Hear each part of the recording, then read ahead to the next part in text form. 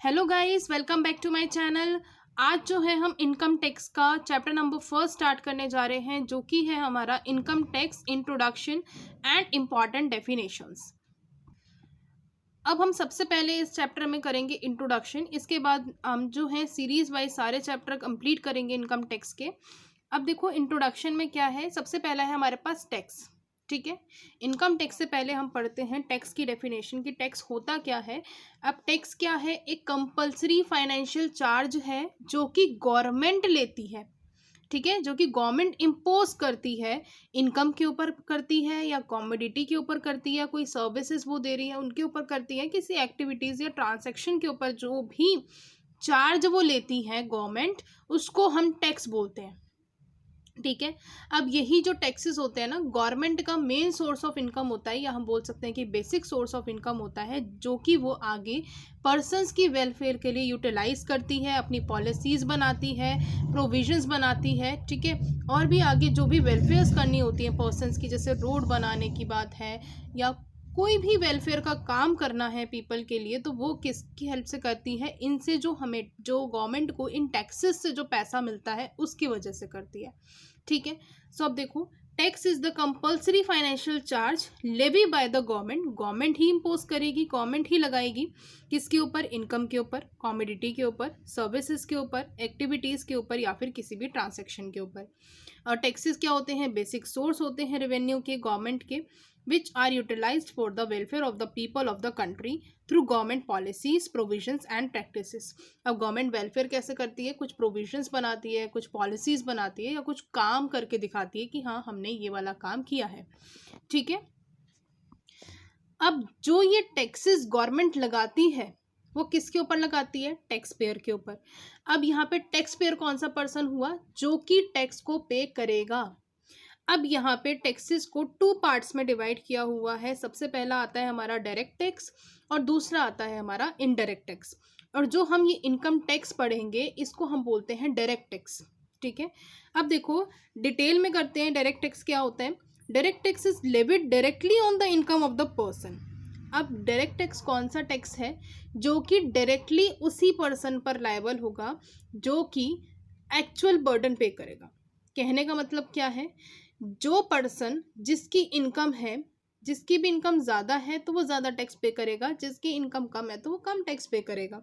अब यहाँ पर गवर्नमेंट ने अलग अलग जो क्राइटेरिया है या जो रेट्स हैं वो दे रखे हैं। जैसे 2,50,000 वाले के लिए नील होता है, जिनकी एनुअल इनकम 2,50,000 है उनके लिए टैक्स नील है, नहीं देना। बट जैसे जैसे उनकी इनकम बढ़ती जाएगी तो टैक्स रेट्स जो हैं वो भी बढ़ते जाएंगे। तो हम ये आगे डिस्कस करेंगे। अब मेन बात समझने वाली ये है कि डायरेक्ट टैक्स का मतलब होता है जिस भी पर्सन पर लायबल हुआ है वो टैक्स, जिस भी पर्सन पर चार्ज किया गया है, एक्चुअल में वही पे करेगा। ठीक है, अब कहने का मतलब क्या है? जैसे ये वाला हमारा ए पर्सन है, ठीक है, अब इसकी इनकम जो है मान लो 3 लाख है। अब ये कौन सी इनकम है बेटा? Annual income. ठीक है, अब ये जो एनुअल इनकम है, अब इस एनुअल इनकम पर गवर्नमेंट जो है इसी से ही टैक्स चार्ज करेगी। इसके किसी दूसरे रिलेटिव से या किसी और पर्सन से टैक्स तो चार्ज नहीं करेगी। इसकी इनकम है तो इसी पर चार्ज होगा। अब जो हमारा इनडायरेक्ट टैक्स आता है, इनडायरेक्ट टैक्स का मतलब क्या है कि किसी और पर्सन पर टैक्स को चार्ज किया जाता है। एक्चुअली में ये वाला पर्सन है और वो बी या सी से चार्ज कर रहा है। अब वो कैसे? इसका एग्जाम्पल लेते हैं, जीएसटी। ठीक है, अब जीएसटी में क्या होता है? जैसे ये वाला जो ए पर्सन है, मान लेते हैं ये एक शॉपकीपर है। ठीक है, अब गवर्नमेंट यहाँ पर बैठी है। ठीक है, अब इस पर्सन को गवर्नमेंट को टैक्स देना है, लेकिन ये डायरेक्टली अपनी इनकम में से टैक्स नहीं देगा। ये क्या करेगा? गुड्स एंड सर्विसेज टैक्स दूसरे पर्सन से चार्ज करेगा, बी वाले से या फिर सी वाले से, या जो भी उसके पास कस्टमर आ रहे हैं। ये कस्टमर हैं उसके, उसने इससे चार्ज किया और गवर्नमेंट को दे दिया। यानी जो एक्चुअल बर्डन है टैक्स का वो ये पे नहीं करेगा। जो भी एक्चुअल बर्डन होता है टैक्स का वो एक्चुअल पर्सन जिसने देना है वो पे नहीं करता। ठीक है, एक्चुअल बर्डन इसके ऊपर नहीं होता। बट अगर हम डायरेक्ट टैक्स की बात कहें तो जो हमारा डायरेक्ट टैक्स का जो बर्डन होता है ना, वो एक्चुअल बर्डन इसी पर्सन पर होता है जिसने पैसा देना है, जो कि एक्चुअली में इनकम अर्न कर रहा है। ठीक है, बाकी इसके रिगार्डिंग जो रेट्स हैं वो हम आगे डिस्कस करेंगे। अभी हम नॉर्मल इंट्रोडक्शन कर रहे हैं, ठीक है। अब देखो इसके एग्जांपल्स कौन से होते हैं डायरेक्ट टैक्स के। तो इनकम टैक्स मैंने आपको बताया, साथ ही साथ वेल्थ टैक्स। अब वेयर एज इनडायरेक्ट टैक्सेस क्या है? The person who pays the tax shifts the burden to the another person.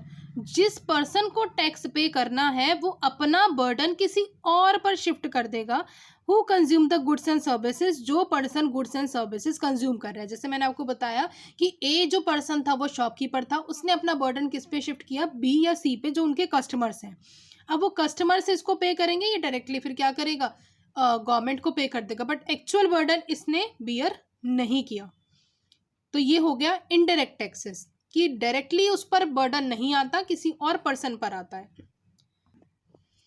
Before 2017 से पहले इनडायरेक्ट टैक्सेस के बहुत सारे टाइप्स होते थे, बहुत सारी ड्यूटीज अलग अलग लगाई जाती थी। बट आफ्टर द 2017 जुलाई 1 2017 एक ही टैक्स बना दिया गया, जो कि है जीएसटी। अब इसको एक बार डिटेल में देख लो कि इनडायरेक्ट टैक्सेस कौन से होते हैं, जहां पर बहुत सारे टैक्सेस हैं, जैसे service tax, sales tax, value added tax, custom duty हो गया और एक्साइज ड्यूटी हो गया। ये सारे 2017 से पहले लगाए जाते थे। अब इन सबको ऐड करके या इन सबको सबमर्ज करके इकट्ठा करके एक ही टैक्स लॉ बना दिया गया, जिसका नेम दिया गया गुड्स एंड सर्विसेज टैक्स यानी जीएसटी, जो कि 2017 की 1 जुलाई को लॉन्च किया गया था। अब देखो brief history of income tax in India. India के अंदर इनकम टैक्स की कुछ छोटी सी हिस्ट्री है। अब देखो इंडिया के अंदर क्या था, ये जो टैक्स है सबसे पहले बार 1860 में इंट्रोड्यूस किया गया था। किसने इंट्रोड्यूस किया था, ये ध्यान रखने वाली बात है, सर जेम्स विल्सन ने, फर्स्ट टाइम 1860 में। अब ये उन्होंने इंट्रोड्यूस क्यों किया था? क्योंकि बहुत ज़्यादा लॉसेस हो रहे थे मिलिट्री के द्वारा गवर्नमेंट को। जैसे मिलिट्री का जो भी खर्चा था ना, मिलिट्री फोर्सेस वगैरह का, तो गवर्नमेंट बियर प्रॉपरली नहीं कर पा रही थी। तो उन लॉसेस को बियर करने के लिए, मीट आउट करने के लिए इनकम टैक्स को लॉन्च किया गया, टैक्स को इंट्रोड्यूस किया गया, जो कि 1860 में किया गया था, कि जो भी मिलिट्री के खर्चे हैं उनसे जो लॉसेस हुए हैं उनको हम कवर अप कर सकें, ठीक है। फिर बाद में 1886 के अंदर एक सेपरेट इनकम टैक्स एक्ट जो है वो पास किया गया, जिसके अंदर ये बताया गया। अब देखो बाद में, ठीक है, इसके बाद 1917 पर बहुत सारी अमेंडमेंट्स होती रहीं, और ये जो है 1917 तक ये वाला एक्ट जो है फोर्स टप करके रहा, और साथ साथ उसके बीच में काफ़ी सारी अमेंडमेंट होती रहीं टाइम टू टाइम। फिर है कि 1918 के अंदर एक न्यू इनकम टैक्स जो है एक्ट पास किया गया, और इसने जो है 1922 में, ये वाला जो 1918 वाला था 1922 में रिप्लेस कर दिया गया, और इसके अंदर भी रिप्लेसमेंट के टाइम पर भी बहुत सारी अमेंडमेंट हुई थी। तो अगेन एक और जो हमारा इनकम टैक्स एक्ट है वो 1922 के अंदर लॉन्च किया गया आफ्टर 1918, और इसी की एक तरीके से 1918 वाले की ही वो रिप्लेसमेंट थी। अब देखो ये जो इनकम टैक्स एक्ट 1922 वाला था, अब इसमें बहुत ज़्यादा कॉम्प्लिकेशंस थी, चाहे वो गवर्नमेंट के लिए ले लो, चाहे वो जो नॉर्मल इंडिविजुअल्स हैं उनके लिए ले लो, ठीक है। तो थोड़ा सा कॉम्प्लिकेटेड था समझना भी और कैलकुलेट करना भी, और उसके अंदर बार बार बहुत सारी क्या हो चुकी थी, अमेंडमेंट्स हो चुकी थी, ठीक है। तो गवर्नमेंट ऑफ इंडिया ने क्या किया, लॉ कमीशन को रेफ़र किया, और लॉ कमीशन को रेफ़र करने पे 1956 के अंदर उन्होंने कहा कि ये जो लॉ कमीशन को रेफ़र करने का गवर्नमेंट का मेन मोटिव ये था कि इस टैक्स को सिंप्लीफाई किया जा सके और टैक्स इवेजन को प्रिवेंट किया जा सके। टैक्स इवेजन का मतलब होता है कि जैसे कोई भी पर्सन अगर टैक्स चोरी कर रहा है तो उसको रोका जा सके, उस चीज़ को प्रिवेंट किया जा सके। अब जो लॉ कमीशन है उसने अपनी रिपोर्ट जो है 1958 में सबमिट करी, बट उसी समय गवर्नमेंट ऑफ इंडिया ने एक direct taxes administration inquiry committee को अपॉइंट किया, जो कि ये मेजर्स को सजेस्ट करेंगी कि किस तरह से जो भी इनकन्वीनियंस हो रही है असेसी को। अब देखो ये असेसी वर्ड आपको पूरी बुक के अंदर मिलने वाला है, तो ये बात यहाँ पर ही क्लियर कर लेते हैं कि असेसी होता कौन है, ठीक है। असेसी का मतलब होता है जो पर्सन टैक्स को आगे पे करेगा, ठीक है। एसएससी इंडिविजुअल भी हो सकता है, कोई फर्म भी हो सकती है, कोई कंपनी भी हो सकती है, जो भी इनकम टैक्स को पे करेगी वो पर्सन क्या है, एसएससी, यानी जो टैक्स पेयर है इनकम टैक्स का, उसको हम एसएससी बोलेंगे, ठीक है, नॉर्मल बात। अब देखो इनकन्वीनियंस हो रही थी, दिक्कत आ रही थी एसएससी को कि किस तरह से हमें जो है फाइल करना है हमारा आईटीआर, या जो भी प्रॉब्लम्स हैं, कैलकुलेशन में भी प्रॉब्लम्स आ रही थी। तो उन सबको ठीक करने के लिए गवर्नमेंट ने जो है direct taxes administration inquiry committee को जो है अपॉइंट किया। और एक तो ये मोटिव था कि एसएससी को जो दिक्कत आ रही थी उसका जो मेजर्स हैं उनको सजेस्ट किए जा सकें, और दूसरा था to prevent evasion of tax, कि अगर कोई भी टैक्स की चोरी हो रही है तो उसको प्रिवेंट किया जा सके। तो ये कमेटी ने भी रिपोर्ट को सबमिट किया, और ये जो रिपोर्ट है कब सबमिट करी कमेटी ने, 1959 के अंदर, और in consultation with the ministry of law finally the income tax 1961 was passed. अभी जो हमारा चल रहा है 1961 वाला एक्ट जो है अभी चल रहा है, पास्ट हो गया है। 1961 वाला जो एक्ट है वो भी फोर्स में आया, कब आया, 1 अप्रैल 1962 में, और ये पूरे इंडिया में अप्लाई हुआ है, चाहे वो सिक्किम स्टेट्स हैं उनमें भी अप्लाई हुआ है, जम्मू एंड कश्मीर के अंदर भी, ठीक है, यानी all India, all over India इसको अप्लाई किया गया।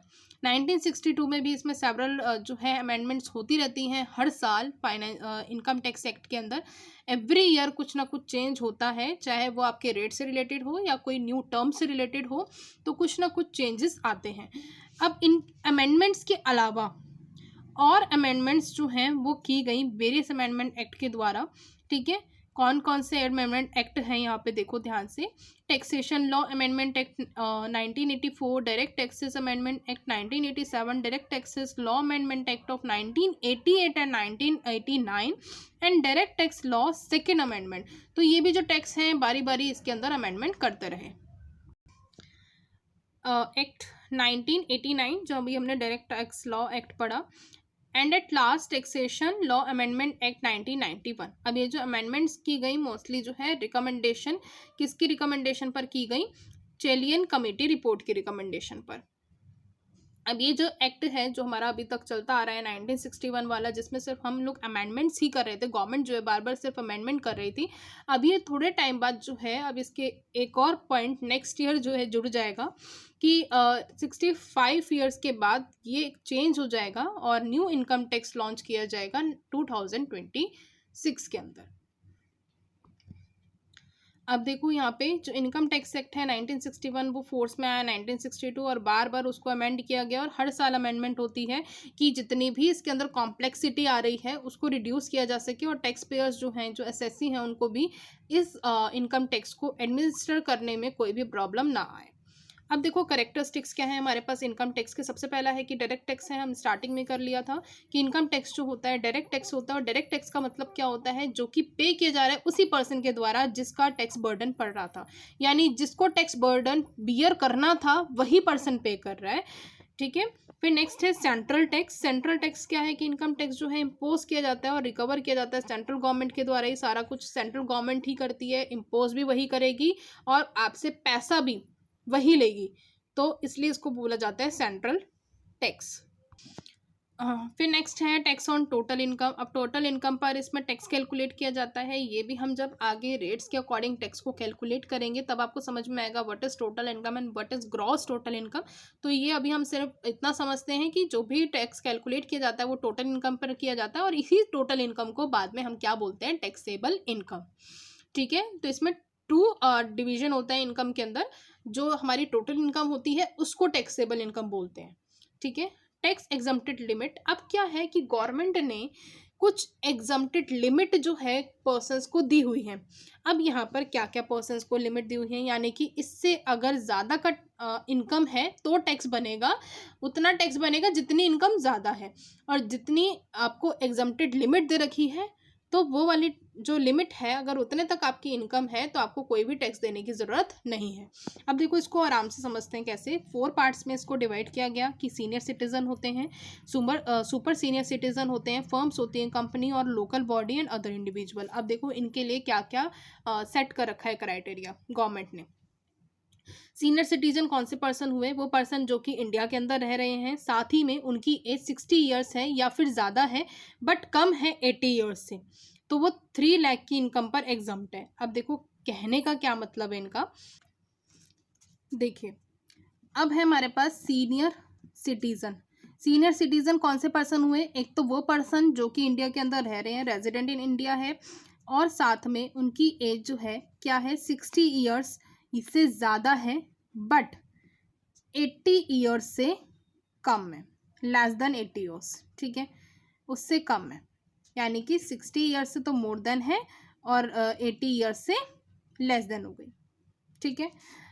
इनके लिए 3 लाख की इनकम पर टैक्स फ्री है, यानी 3 लाख रुपए अगर वो एनुअली कमा रहे हैं तो उनको कोई भी टैक्स देने की ज़रूरत नहीं है, नील हो जाएगा उनका टैक्स। लेकिन अगर वो 3,50,000 भी कमा रहे हैं तो वो 50,000 पर जो टैक्स है वो उनको देना पड़ेगा एट द रेट ऑफ जो भी रेट गवर्नमेंट ने बता रखे हैं, ठीक है। हम रेट्स की बात डिटेल में बाद में करेंगे, सारा इंडिविजुअल का, super senior citizen, all the rates, ठीक है। उसके बाद हमारे पास जो सेकंड कैटेगरी है वो है हमारे पास सुपर सीनियर सिटीजन की।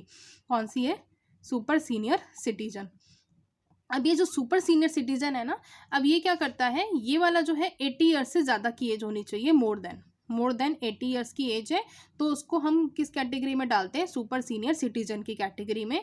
और अगर इनकी इनकम 5 लाख है एनुअली तो इनको भी कोई टैक्स पे करने की ज़रूरत नहीं है, बट एनुअली, ये बात ध्यान रखना, ठीक है। फर्म और कंपनी वगैरह हैं तो उनको भी जो है कोई भी टैक्स देने की ज़रूरत नहीं है, नील होता है। अब देखो आगे, अब अदर इंडिविजुअल्स हैं, HUF हैं या एसोसिएशंस हैं, तो उनके लिए भी जो है 2,50,000 की ही लिमिट है, एग्जम्प्टेड है, यानी इसके ऊपर उनको कोई भी टैक्स देने की ज़रूरत नहीं है। HUF मतलब हो गई हिंदू अनडिवाइडेड फैमिली, इनके बारे में भी हम आगे जो चैप्टर्स हैं उनमें डिटेल में करेंगे। अब देखो प्रोग्रेसिव टैक्स रेट। अब प्रोग्रेसिव टैक्स रेट का मतलब होता है कि जैसे जैसे इनकम इंक्रीज होती जाएगी वैसे वैसे टैक्स रेट इंक्रीज होता जाएगा। यानी प्रोग्रेसिव का मतलब है कि टोटल इनकम पर ही टैक्स लगता है, चाहे वो इंडिविजुअल है, HUF है, AOP है या BOI है। तो जैसे जैसे इंक्रीज होगी इनकम वैसे वैसे टैक्स रेट इंक्रीज होगा। मिनिमम टैक्स रेट जो होता है वो 5% होता है, मैक्सिमम टैक्स रेट जो है वो 30% का होता है। और फर्म्स जो हैं उनकी जो इनकम्स पर टैक्स लगता है वो लगता है 30% का, और जो कंपनीज हैं उनकी इनकम पर जो टैक्स रेट लगता है वो 15%, 22 या 25 या 30%, जो भी उस समय एप्लीकेबल हो रहा होगा एज केस में भी। फिर उसके बाद हमारे पास सरचार्ज इम्पोज किया जाता है इनकम टैक्स में। अब ये कौन सा टैक्स होता है? इनकम टैक्स का जो अमाउंट है उसके ऊपर टैक्स लगाना, उसको हम बोलते हैं सरचार्ज के जो रेट्स हैं अभी 2025 और 26 असेसमेंट ईयर में वो क्या है? इंडिविजुअल्स, HUF, AOP, BOI के लिए 10% है अगर उनकी इनकम जो है 50 लाख से एग्जीट हो जाती है, बट 1 करोड़ के बीच में है, ठीक है, 1 करोड़ से कम है। और 15% टैक्स रेट तब है जब उनकी 1 करोड़ से ज़्यादा है but do not exceed 2 crore, 2 crore से ज़्यादा नहीं हुई है। 25% तब है जब 2 करोड़ से ज़्यादा हो चुकी है बट 5 करोड़ से कम है। And last 37% if total income एग्जीड 5 crore, अगर 5 करोड़ से ज़्यादा बढ़ गई तो 37% का टैक्स लगेगा इंडिविजुअल्स वाले केस में। फर्म के केस में 12% लगता है टोटल इनकम का अगर वो 1 करोड़ से इंक्रीज हो जाती है। फिर है 7% टोटल इनकम का अगर वो एग्जिट हो जाती है 1 करोड़ से, but do not exit 10 crore, 10 crore से एग्जिट नहीं होनी चाहिए। ऐसे ही 12% लगता है 10 करोड़ से एग्जिट हो जाने पर, ये सरचार्ज, ठीक है। अब इसमें जो हमने अभी कंडीशंस पढ़ी तो इसमें मार्जिन रिलीफ वाला प्रोविजन एप्लीकेबल होगा। अब वो मार्जिन रिलीफ क्या होती है, उनके क्या क्या प्रोविजंस होते हैं वो भी हम आगे डिस्कस करेंगे। अब देखो हेल्थ एंड एजुकेशन सेस। अब हेल्थ और एजुकेशन सेस का हमेशा जो लगता है वो 4% का लगता है, जो भी आपका इनकम टैक्स निकल के आएगा और जो भी सरचार्ज होगा उसके ऊपर 4% का हेल्थ एंड एजुकेशन सेस आप देंगे, ठीक है। जब हम कंप्यूटेशन करेंगे तब ये ज़्यादा बात अच्छे से आपको क्लियर हो जाएगी कि कैसे देते हैं और किस किस तरह से कंप्यूटेशन किया जाता है। फिर टैक्स बर्डन। अब टैक्स बर्डन क्या होता है? टैक्स जो है इम्पोज किया जा रहा है प्रोग्रेसिव रेट पे, तो जितनी भी इनकम होगी वो क्या होगी, जिसकी ज़्यादा होगी वो ज़्यादा टैक्स देगा, जिसकी कम होगी वो कम टैक्स देगा। तो इससे क्या होता है, रिच एंड पुअर का गैप भी ठीक होता है, गैप भी आप फिल कर सकते हैं गवर्नमेंट, और रिच पर्सन को ज़्यादा टैक्स बर्डन रहता है। फिर उसके बाद है एडमिनिस्ट्रेशन। अब ये जो टैक्स जो है इम्पोज और रिकवर किया जाता है इनकम टैक्स डिपार्टमेंट के द्वारा ही, और इनकम टैक्स डिपार्टमेंट किसके अंदर वर्क करता है? CBDT के अंदर, central board of direct taxes के अंदर। नेक्स्ट है हमारे पास last characteristic, allocation of amount of income. अब इसका अमाउंट ऑफ इनकम कहाँ कहाँ एलोकेट किया जाता है? अब देखो सारा का सारा गवर्नमेंट ने ले तो लिया टैक्स, अब ये जो है सेंट्रल गवर्नमेंट को कितना एलोकेट किया जाएगा और स्टेट गवर्नमेंट को कितना एलोकेट किया जाएगा, ये सब कुछ भी देखना होता है। तो वो फाइनेंस कमीशन की रिकमेंडेशन के थ्रू ही होता है कि सेंट्रल गवर्नमेंट को कौन कौन सा पैसा जाएगा टैक्स का और स्टेट गवर्नमेंट को कौन कौन सा पैसा जाएगा। अब देखो स्टेट गवर्नमेंट जो है इन 3 चीज़ों का शेयर नहीं ले सकती हैं जो भी टैक्स कलेक्ट हुआ है।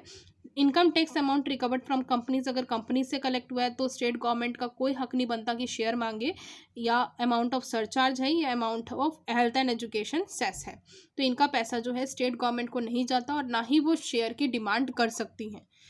तो आज हमने किया यहाँ तक ही। अब जो नेक्स्ट वीडियो है हम आगे का जो टॉपिक है फर्स्ट चैप्टर के अंदर उसको डिस्कस करेंगे, और साथ ही में ये जो सीरीज़ है वो चलती जाएगी। तो अभी तक अगर आपने इस चैनल को सब्सक्राइब नहीं किया तो सब्सक्राइब कर दीजिए, अगर वीडियो पसंद आया तो लाइक करते हुए जाएं, साथ ही साथ शेयर भी करें अपने और भी फ्रेंड्स को। तो मिलते हैं नेक्स्ट वीडियो में, बाय बाय।